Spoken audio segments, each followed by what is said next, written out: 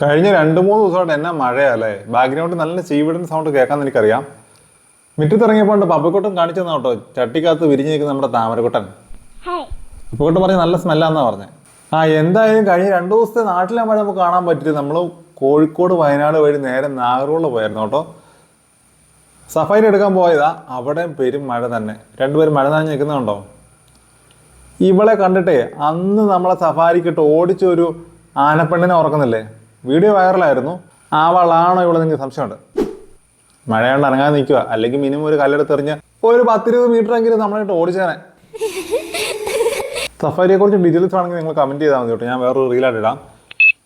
ഇതിപ്പോൾ എന്നാ പറയുന്നത്, കഴിഞ്ഞതൊക്കെ പായലൊക്കെ വെള്ളം കയറിയുന്നത്. നാട്ടിൽ നിന്ന് ഞാനങ്ങ് മാറിയാ മഴ മാറി നാട് രക്ഷപ്പെട്ടോട്ടെന്ന് കരുതി കേരളത്തെ രക്ഷിക്കാൻ വേണ്ടി ഞാൻ കർണാടക വരെ പോയതാണ്. കർണാടക ചെന്നപ്പോൾ അവിടെ ബുക്കിറ്റ് മഴ. കർണാടകക്കാരെല്ലാം അവിടെ രാവിലെ എന്നിട്ട് പറഞ്ഞു, ഒന്ന് പോടാവ്, എന്ത് മഴയത്, നീ എന്തിനാ കൂടെ വന്നതെന്ന് ചോദിച്ചു. അപ്പോൾ പിന്നെ ഞാൻ മഴ പെയ്ത് കഴിഞ്ഞാൽ സഫാരിക്ക് പോയി കഴിഞ്ഞാൽ കടുവയും കാണത്തില്ല, ഒന്നും കാണത്തില്ല കേട്ടോ. പിന്നെ 2 ദിവസം സഫാരി എടുത്ത് ചമ്മി തിരിച്ചങ്ങ് പോകുന്നു. നമ്മൾ കുറച്ച് പഴയ ആൾക്കാരെ കണ്ടവിടെ. ആ കൂട്ടുകാരുടെ കൂടുതലുള്ള വീഡിയോ പുറകെ വരുന്നുണ്ട്. അങ്ങനെ നാട്ടിൽ വന്ന് പാലായി വെള്ളം കയറിയ വിശേഷമൊക്കെ കേട്ട് ചായ കുടിച്ചുകൊണ്ടിരിക്കുക. രണ്ടുപേരും ഇരിക്കുന്നുണ്ടോ? നിങ്ങളോടുള്ള ചോദ്യം ഇതാണ്: ഇതിലാരാണ് എൻ്റെ കയ്യിൽ നിന്ന് ചക്കവറുത്ത് വാങ്ങിച്ച് കഴിക്കാൻ പോണത്? ഓപ്ഷൻ എ മഞ്ഞക്കുഞ്ഞ്, ഓപ്ഷൻ ബി മഞ്ഞക്കുഞ്ഞ്. Oh my god. Correct answer. അപ്പുറത്തെ റീലുമായിട്ട് കാണാം. ടാറ്റ. Goodbye. ഒത്തിരി മഴയാണ്. അവിടെ എല്ലാം വെള്ളം കയറി കിടപ്പുണ്ട്. അറിയാൻ മേലാത്ത വെള്ളത്തിന് ഇറങ്ങിയാൽ കേട്ടോ. വിലയിൽ കിടന്നണം.